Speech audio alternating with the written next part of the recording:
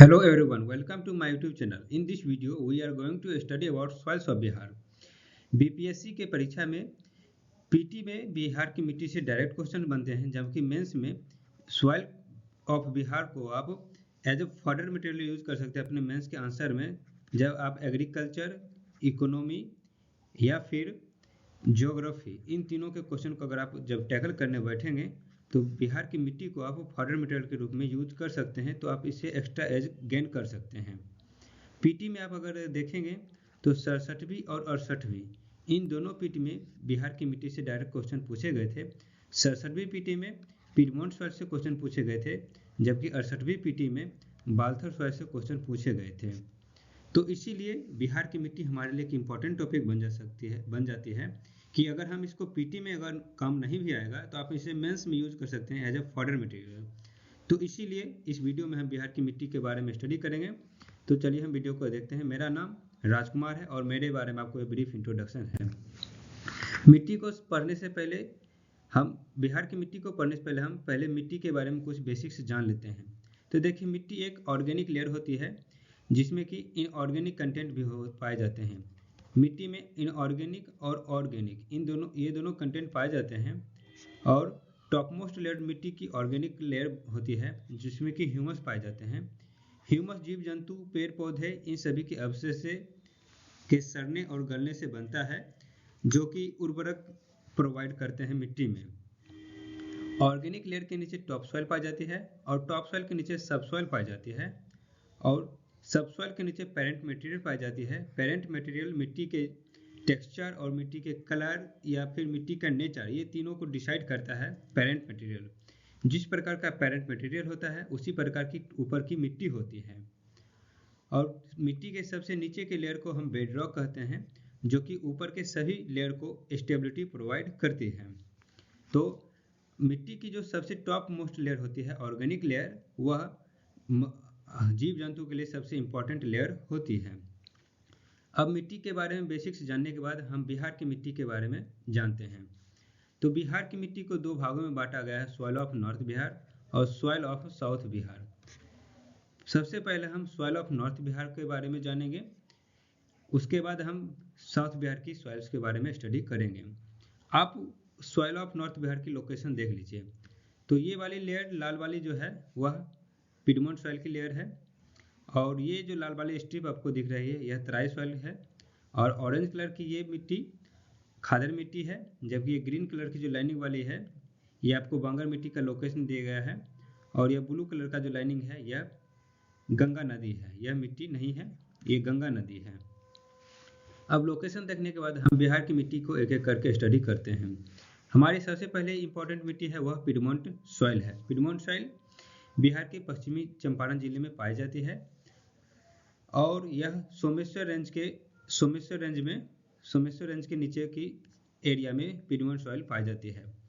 Piedmont soil Bihar के मात्र पश्चिम चंपारण जिले में ही पाई जाते हैं, इसीलिए हमारे लिए इंपॉर्टेंट टॉपिक बन जाता है piedmont soil. Piedmont soil Bhabar region का क्षेत्र है हिमालय का, जहाँ की एक्सेस रेन और मॉइस्चर होता है। एक्सेस रेन होने के कारण यह लैंड जो है वह दलदली भूमि होती है, और मॉइस्चर अधिक होने के कारण यहाँ पे फॉरेस्ट ग्रोथ बहुत ही हाई होता है। हिमालयन रीजन होने के कारण यहाँ पे पत्थर और कंकर पाए जाते हैं, जबकि पिडमोंट सॉइल का कलर वह हल्का भूरा रंग का होता है। यह मिट्टी अम्लीय होती है, इसमें ऑर्गेनिक मैटर अच्छे मात्रा में पाए जाते हैं, और हिमालयन रीजन होने के कारण यहाँ पे सिंचाई का प्रबंध अच्छा नहीं हो पाया है, यानी कि यहाँ ड्रेनेज सिस्टम अच्छा डेवलप नहीं हो पाया है। पिडमोंट सॉइल राइस और शुगर केन के कल्टीवेशन के लिए अच्छी मिट्टी मानी जाती है, और एक्सेस फॉरेस्ट ग्रोथ होने के कारण यहाँ पे जंगल भी हाई अमाउंट ऑफ फॉरेस्ट यहाँ मिलते हैं। और पश्चिम चंपारण जिले में बिहार में राइनोसोरस पाए जाते हैं, और पश्चिम चंपारण जिले में ही बिहार में वाल्मीकि टाइगर रिजर्व है। ये दोनों आपको इम्पोर्टेंट पॉइंट हैं, ये दोनों आप नोट डाउन कर सकते हैं कि पश्चिम चंपारण जिले में बिहार में राइनोसोरस पाए जाते हैं, और यहीं पे बिहार में वाल्मीकि टाइगर रिजर्व है। Piedmont soil land of emerging river in Bihar मानी जाती है। हमारी जो नेक्स्ट मिट्टी है वह है तराई मिट्टी। तराई मिट्टी सोमेश्वर रेंज के साउथ में पाई जाती है, और यह बिहार में एक पतली सी पट्टी के रूप में आप यह देख सकते हैं, ये पतली सी पट्टी के रूप में पश्चिम चंपारण जिले से लेकर अररिया और किशनगंज तक फैली हुई है, जबकि तराई सॉइल का सबसे हाईएस्ट कंसंट्रेशन अररिया डिस्ट्रिक्ट में है। इस मिट्टी का जो रंग होता है हल्का भूरा और पीला रंग का होता है, यानी ये कहीं कहीं पे भूरा रंग की भी होती है और कहीं कहीं पे ये पीला रंग की भी मिट्टी होती है। तराई मिट्टी में ऑर्गेनिक कंटेंट अच्छे मात्रा में पाए जाते हैं और तराई मिट्टी में आपके आयरन के भी कंटेंट पाए जाते हैं। नीचे की जो तराई मिट्टी है ऊपर की तराई मिट्टी की अपेक्षा अधिक फर्टाइल होती है, यानी अगर तराई मिट्टी ये है, मान लीजिए मैं ये ड्रॉ कर रहा हूँ, ये तराई मिट्टी है, तो ये नीचे की जो तराई मिट्टी होगी, यहाँ जो मैं पीला कलर में मार्क कर रहा हूँ, ये पीला कलर की जो मिट्टी होगी यह ऊपर की मिट्टी से अधिक उपजाऊ होती है। तराई मिट्टी चावल और शुगर केन इन दोनों के कल्टीवेशन के लिए अच्छी मिट्टी मानी जाती है। अब हमारी जो अगली मिट्टी है वह alluvium soil of recent time, यानी हाल के दिनों की जलोढ़ मृदा। देखिए, जलोढ़ मिट्टी उस मिट्टी को कहा जाते हैं जो नदियों के द्वारा लाए गए निक्षेप के कारण जिसका फॉर्मेशन होता है। जब नदी अपने साथ पर्वतीय या पठारीय क्षेत्र से कुछ गाद लाते हैं, यानी जब कुछ सिल्ट लाते हैं तो उसको नीचे में जमा कर देते हैं और इसके धीरे धीरे जमा होने के कारण हजारों लाखों वर्ष में यहाँ पे मिट्टी का फॉर्मेशन हो जाता है और ये जो मिट्टी फॉर्म हुई इसी मिट्टी को हम जलोढ़ मिट्टी कहते हैं या इसको इंग्लिश में एलुवियल सॉइल कहते हैं। तो एलुवियल सॉइल बिहार में, नॉर्थ बिहार में इसको पाया जाता है। एलुवियल सॉइल इसका हाईएस्ट कंसंट्रेशन नॉर्थ बिहार में ही है। अब एलुवियल सॉइल बिहार में नॉर्दर्न पार्ट में पाए जाते हैं और यह दो भागों में बांटा गया है बिहार के नॉर्थ में। इसको खादर और भांगर भी कहा जाता है। खादर मिट्टी नई मिट्टी होती है और नदियों के एलुवियम डिपॉजिट के कारण इसका फॉर्मेशन होता है। यह नई मिट्टी होती है, मैंने पहले ही बता दिया था। ऊपर के रीजन में यह बलुई होती है, जबकि नीचे के रीजन में यह पेकी होती है, यानी सिल्ट इसमें हाई होता है। इसी के कारण इस मिट्टी में अगर आप पैर रखेंगे तो आपका पैर फंस सकता है। खादर मिट्टी हर साल नदियों के द्वारा नई कर दी जाती है क्योंकि इसमें हर साल बाढ़ होता है। खादर मिट्टी में ह्यूमस का प्रेजेंस बहुत ही कम होता है, जबकि इस मिट्टी में सिंचाई का प्रबंध बहुत ही अच्छा होता है। खादर मिट्टी में नाइट्रोजन की कमी पाई जाती है। ये इंपॉर्टेंट पॉइंट है कि इसमें नाइट्रोजन की कमी पाई जाती है, जबकि इसमें लाइम का जो डिपोजिशन है वह अच्छा पाया जाता है क्योंकि नदियों के द्वारा जो लाइम लाए जाते हैं वो इस खादर मिट्टी में जमा कर दिए जाते हैं। खादर मिट्टी हाईली फ्राइबल होती है और यह भदई, रबी और जायद इन तीनों क्रॉप के लिए अच्छी मिट्टी मानी जाती है, यानी इस मिट्टी में, खादर मिट्टी में भदई, रबी और जायद इन तीनों क्रॉप को आसानी से उगाया। हमारी जो नेक्स्ट प्रकार की मिट्टी है वह है भांगर मिट्टी। भांगर मिट्टी पुरानी जलोढ़ मृदा होती है जो कि नदियों के बाढ़ के क्षेत्र से दूर इसका फॉर्मेशन होता है। यह नदियों के बाढ़ के दूर क्षेत्र में इसका फॉर्मेशन होता है। इसी के कारण इसे पुरानी जलोढ़ मृदा भी कहा जाता है। भांगर मिट्टी में हमेशा प्रजनन की क्रिया चलती ही रहती है। इसी के कारण यहाँ पे कंकर और पत्थर ऊपर निकल आते हैं, मिट्टी से कंकर और पत्थर ऊपर निकल आते हैं। भांगर मिट्टी की वाटर होल्डिंग कैपेसिटी अच्छी होती है। अब मैंने आपको पहले बता दिया था क्योंकि कंकर और पत्थर पाए जाते हैं। भांगर मिट्टी के कुछ प्रकार हैं जैसे कि बलुआ मिट्टी, क्लेई मिट्टी या फिर लोमी मिट्टी। लोमी मिट्टी आपको देखिएगा कि अगर हाथ में आप ले गए तो उसको आसानी से आप उसको पानी में दे के उसको आसानी से उसको मुट्ठी नहीं बांध पाएंगे, वह पानी के साथ बह जाती है। भांगर मिट्टी को बिहार में दो जगह अलग अलग नामों से जाना जाता है, जैसे कि गंडक रीजन के क्षेत्र में अगर आप इसे देंगे तो इसको भाट या कैल्सियस मिट्टी कहते हैं, जबकि इसे बालसुंदरी सॉइल कहते हैं सिवान, पूर्णिया से सिवान तक। इस मिट्टी की कुछ खास बात होती है, जैसे बालसुंदरी सॉइल जो होती है भांगर मिट्टी की, वह बालसुंदरी सॉइल थोड़ी सी चमकीली मिट्टी होती है। यह पूर्णिया, पूर्व में पूर्णिया और पश्चिम में सिवान तक इसका फैलाव है। यह सिवान से लेकर पूर्णिया तक इसका फैलाव है। और वह भाट मिट्टी जो है वह सुपौल जिला में इसका कंसंट्रेशन हाई है। और भांगर मिट्टी की एक खास बात यह भी है कि यह मिट्टी भारी होती है क्योंकि इसमें लाइम और क्ले के कंटेंट यानी पेकी के कंटेंट इसमें अधिक मात्रा में पाए जाते हैं। हमारी जो नेक्स्ट मिट्टी है वह दक्षिण बिहार की मिट्टी है। देखिए, दक्षिण बिहार की मिट्टी कुछ विशेष प्रकार की मिट्टी होती है क्योंकि ये मिट्टी जो है वह नॉर्थ बिहार की मिट्टी से बिल्कुल ही अलग होते हैं। नॉर्थ बिहार की मिट्टी हिमालयन मिट्टी कही जाती है, क्योंकि वो नॉर्थ बिहार की मिट्टी का जो फॉर्मेशन होता है वह हिमालयन नदी के निक्षेपण के कारण होता है, जबकि साउथ बिहार की मिट्टी है उसका ओरिजिन जो है वह मेटामॉर्फिक या इग्नियस ओरिजिन है। इग्नियस यानी आग्नेय चट्टान और कायांतरित चट्टान के फॉर्मेशन के यानी और अपघटन के फलस्वरूप साउथ बिहार की मिट्टी का फॉर्मेशन हुआ है। अब हम जानते हैं साउथ बिहार की मिट्टी का। देखिए, साउथ बिहार की मिट्टी फ्लड प्लेन से दूर बनी होती है और इसका ओरिजिन हमने बता दिया है आपको, इग्नियस या मेटामॉर्फिक ओरिजिन है। इस मिट्टी में एलुवियम का डिपोजिशन अच्छे मात्रा में नहीं पाए जाते हैं, क्योंकि यह मिट्टी जो है वह सीजनल रिवर के डिपोजिशन के कारण बना है, या फिर मेटामॉर्फिक हाईएस्ट जो मिट्टी है वो मेटामॉर्फिक और इग्नियस ओरिजिन है, जबकि कुछ प्रकार की मिट्टी है जो एलुवियम है। और कहीं कहीं पे इस मिट्टी में आपको जो लाइम के कंटेंट भी मिल जाते हैं। अब आप लोकेशन से देख लीजिए साउथ बिहार में मिट्टियों की। ओल्ड एलुवियल सॉइल है, आपको ये ब्लू कलर का है, ये सब ओल्ड एलुवियल सॉइल है। जबकि ये काली वाली मिट्टी है ये टाल मिट्टी है। ये लाल वाली मिट्टी है यह पश्चिम साउथ वेस्ट में पाई जाती है, कैमूर और रोहतास जिले में। और ये जो आपको ऑरेंज कलर की मिट्टी दिख रही है इसको बाल्थर मिट्टी कहते हैं। हमारी जो नेक्स्ट मिट्टी है वह alluvial soil of old forms यानी पुरानी जलोढ़ मिट्टी है हमारी नेक्स्ट मिट्टी।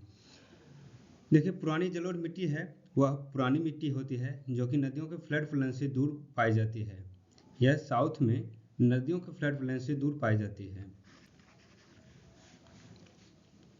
ये वाला पॉइंट आप देख लीजिए, यह found where flood waters never reaches, यानी यह उस जगह पाई जाती है जहाँ की नदियों का जो बाढ़ का पानी है वो कभी भी नहीं पहुँच पाता है। इस मिट्टी की खास बात यह होती है कि यह मिट्टी भारी होती है और यह मिट्टी पेकी होती है, इसी के कारण इसको करैल या केवाल मिट्टी भी कहते हैं। यह मिट्टी अल्कलाइन होते हैं यानी क्षारीय मिट्टी होती है। यह भूरी और पीली रंग की मिट्टी होती है। यह मिट्टी रोहतास, गया, औरंगाबाद, मुंगेर और भागलपुर के क्षेत्र में पाई जाती है। आप इसका लोकेशन देख लीजिए। इसमें ओल्ड एलुवियल सॉइल की खास बात यह भी होती है कि इस मिट्टी की वाटर एब्जॉर्प्शन कैपेसिटी अच्छी होती है, इसी के कारण इसमें इरिगेशन बहुत ही इजीली अवेलेबल हो पाता है। पुरानी जलोढ़ मिट्टी खरीफ और रबी दोनों प्रकार की फसल के लिए अच्छी मिट्टी मानी जाती है पुरानी जलोढ़ मिट्टी, और इसी के कारण यहाँ पे चावल और गेहूँ दोनों को उगाया जा सकता है। इसके अलावा यहाँ दाल और मोटे अनाज की उपज अच्छी होती है। हमारी जो नेक्स्ट मिट्टी है वह है ताल मिट्टी।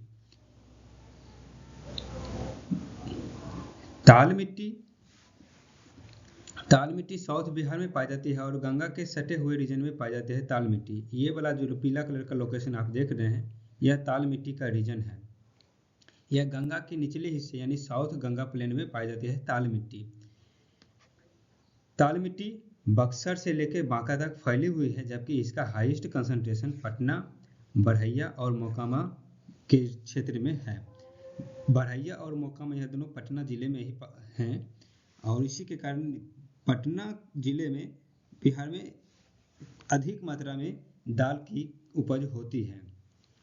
ताल मिट्टी का जो एक खास बात होता है कि यह मिट्टी जल जमाव वाले क्षेत्र में होती है। वाटर लॉगिंग होने के कारण यहाँ पे जो सिंचाई का प्रबंध होता है वह अच्छा नहीं हो पाता है, और इसी के कारण इस मिट्टी का जो फॉर्मेशन भी होता है ताल मिट्टी का, कि ताल मिट्टी काली मिट्टी होती है। यह काली मिट्टी होती है ताल मिट्टी, और कहीं कहीं पे यह पीली और कहीं कहीं पे पीली भी होती है ताल मिट्टी। इस मिट्टी का कलर जो है वह भूरा से लेकर डार्क ग्रे यानी लाइट ग्रे से लेकर डार्क ग्रे तक होता है, और यह काली मिट्टी भी होती है यानी भूरा और काला दोनों होता है ताल मिट्टी का रंग। यह मिट्टी हैवी होती है, भारी मिट्टी होती है, और यह खरीफ क्रॉप के लिए अच्छी मिट्टी नहीं मानी जाती है, क्योंकि यह खरीफ के टाइम पे इस मिट्टी में जल जमा होता है। इसी के कारण खरीफ फसल यहाँ नहीं उगाई जाती है, और मात्र 6 महीने ही इस मिट्टी में खेती होती है, और रबी फसल का यहाँ उपज अच्छा होता है, और रबी फसल में भी दालें यहाँ उगाई जाती है अच्छे मात्रा में। दाल में आप देख लीजिए चना मसूर और राजमा, ये तीनों चीज़ों को यहाँ अच्छा उगाया जाता है। इसके अलावा दाल के अलावा इस मिट्टी में गेहूं भी उगाया जाता है। हमारी जो नेक्स्ट मिट्टी है वह बालथर मिट्टी है। बालथर मिट्टी लाल और पीली रंग की होती है। यह लाल और पीली रंग की होती है।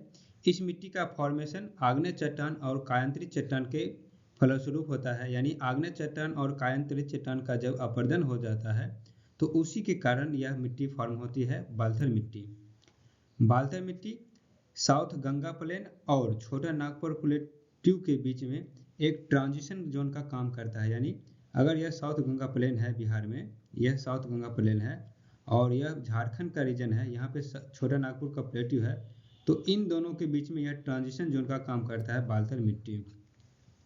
बालथर मिट्टी एक नैरो बेल्ट के रूप में डेवलप हुआ है। यह कैमूर प्लेट्यू से लेकर राजमहल हिल तक फैला हुआ है। कैमूर प्लेट्यू पश्चिम में और राजमहल हिल पूर्व में, इन दोनों के बीच में जो है बालथर मिट्टी फैली हुई है। यह कैमूर का प्लेट्यू है और यहाँ पे राजमहल हिल बिहार के भागलपुर से स्टार्ट होता है और यह पश्चिम बंगाल तक फैला हुआ है राजमहल हिल। तो इन दोनों के मध्य बालथर मिट्टी फैली हुई है। यह मिट्टी लेस फर्टाइल होते हैं, यानी इसकी उर्वरता कम होती है क्योंकि इसकी वाटर होल्डिंग कैपेसिटी बहुत ही कम होती है, यानी जो मिट्टी वाटर कम होल्ड करेगा उस मिट्टी की जो जाहिर सी बात है उसकी फर्टिलिटी बहुत ही कम हो जाती है। वाटर होल्डिंग अच्छी नहीं होने के कारण इस मिट्टी का रंग है वह लाल होता है और यह मिट्टी मोटे अनाज के उपज के लिए अच्छी मिट्टी मानी जाती है, जबकि इसमें अगर आप गेहूं उगाएंगे या फिर चावल उगाएंगे तो वह अच्छा उपज नहीं दे पाएगा, इसलिए इसमें मोटे अनाज का उपज अच्छा किया जाता है। इसके अलावा ज्वार, बाजरा, चना और मक्का, इन सभी चीज़ों को उगाया जाता है। हमारी जो नेक्स्ट मिट्टी है वह लगभग लास्ट मिट्टी है, वह है लाल रेतीली मिट्टी, यानी लाल रेतीली मिट्टी। नाम से स्पष्ट है कि यह मिट्टी का रंग होगा वह लाल होगा और इस मिट्टी का जो नेचर होगा वह रेत प्रकार का होगा। इसी कारण इस मिट्टी को लाल रेतीली मिट्टी कहते हैं, क्योंकि इस मिट्टी का रंग होता है लाल और रेत प्रकार का होता है। यह मिट्टी कैमूर के क्षेत्र में पाया जाता है और रोहतास के कुछ क्षेत्र में भी इस मिट्टी का डेवलपमेंट हुआ है। यह मिट्टी में बालू का कंटेंट अच्छा, यानी बालू का कंटेंट ज़्यादा पाया जाता है, इसी के कारण इसकी उर्वरता बहुत ही कम होती है और बालू कंटेंट ज़्यादा होने के कारण इस मिट्टी की वाटर एब्जॉर्प्शन कैपेसिटी हाई होती है, वाटर एब्जॉर्प्शन कैपेसिटी लो होती है, क्योंकि अगर बालू में अगर हम पानी डालेंगे तो पानी वह ईजिली बालू से निकल जाता है और इसी कारण इस मिट्टी का भी वाटर होल्डिंग कैपेसिटी बहुत ही लो होता है। वाटर होल्डिंग कैपेसिटी लो होने के कारण इस मिट्टी की फर्टिलिटी भी कम होती है और इसी के कारण यह मिट्टी जो खरीफ और रबी इन दोनों क्रॉप के लिए अच्छी मिट्टी नहीं मानी जाती है और इसी के कारण यहाँ पे ज्वार और बाजरा, इसके अलावा मोटे अनाज का यहाँ खेती किया जाता है। यह है लाल मिट्टी के बारे में आपको कुछ पॉइंट्स थे। तो फिलहाल इस वीडियो में इतना ही है। वीडियो देखने के लिए आपका बहुत बहुत धन्यवाद। आपका दिन शुभ हो।